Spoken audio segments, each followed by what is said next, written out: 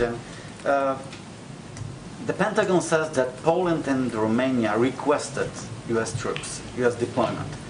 Have you received similar requests from other eastern flank countries, Baltic states, and what will trigger additional troops deployment to the eastern flank? And I'm going to have one more. Sure. So I'm just not going to detail those private diplomatic conversations. I would point you to the Pentagon if they want to share any more detail. I'd be surprised if they did. But certainly those conversations are continuing. They're not done. And I think my colleague John Kirby made that clear during his briefing today. And one more. Has President Biden consulted this decision with the leaders of the Republican Party? And how does he feel about their support? Because there were some voices on the American right questioning President Biden's policy towards Russia-Ukraine crisis. Well, I would say that we have had an enormous amount of we've done an enormous amount of briefing and engagement with Democratic and Republican leaders about the decision-making and how we're approaching the escalatory nature of Russia's behavior on the border. Senator McConnell made some comments in that regard last week, and this is an issue in our view that should not be partisan. What we're doing here is we're standing up for what have long been bipartisan American values, which is standing up for the sovereignty of a country, ensuring that they have the right and the ability to choose their own alliances, supporting them with a range of economic, humanitarian, and security assistance, and doing that in a way that's coordinated with our partners and allies. There are some from the Republican Party who have not voiced support for that. And again, as I said a little bit earlier in the briefing, if you are digesting Russian misinformation and parroting Russian propaganda, you may be on the wrong side of this issue. Go ahead. Hi. Two questions. Yeah. The first, does the president know who Leonard Peltier is? Sure he does, but I have not discussed it with him. Okay. Just call me and let me know if he knows.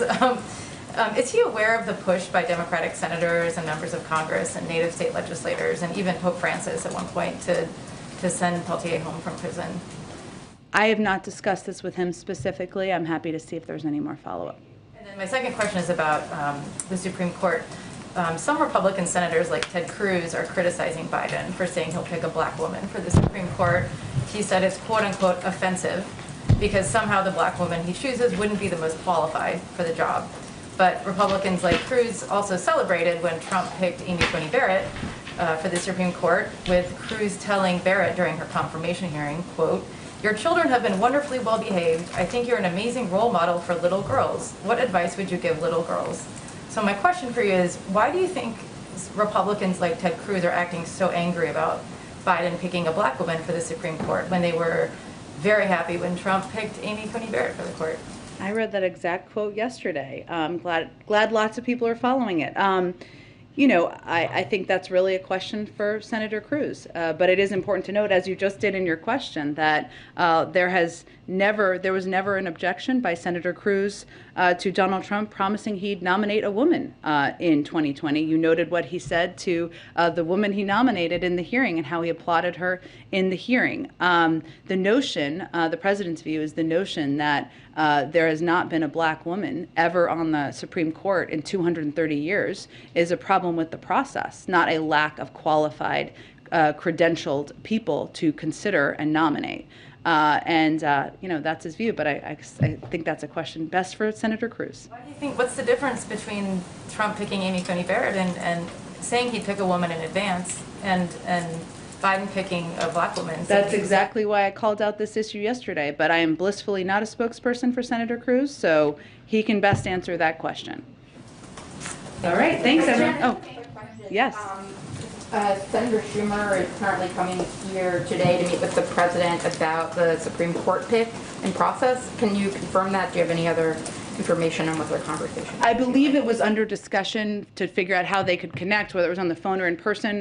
Let me see if I can get more details on it, but it's part of the consultation process that you've seen take place over the past couple of days.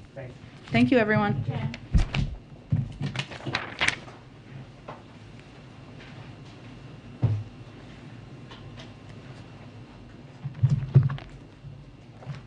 This is NCA, News Channel America, an independent network.